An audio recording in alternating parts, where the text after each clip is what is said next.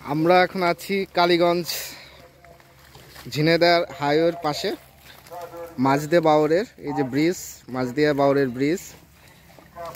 মাছ ধরা চলছে, ইনারা দুই বন্ধু। আমার সাথে আছে কবি জাহিদ আক্কাস। আজকে আমরা একটা ট্যুরে বেরোইছি। বাহ,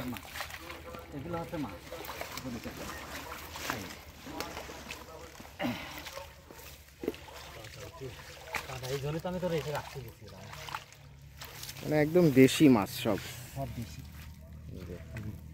ভালোই পেয়েছে।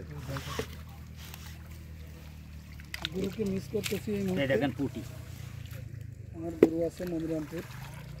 এই মাছ পিএস দিয়ে চচ্চড়ি খাতে খুব টেস্ট। গুরু থাকলে ভালো লাগতে আরো বেশি। তাদেরকে মিস করতেছি।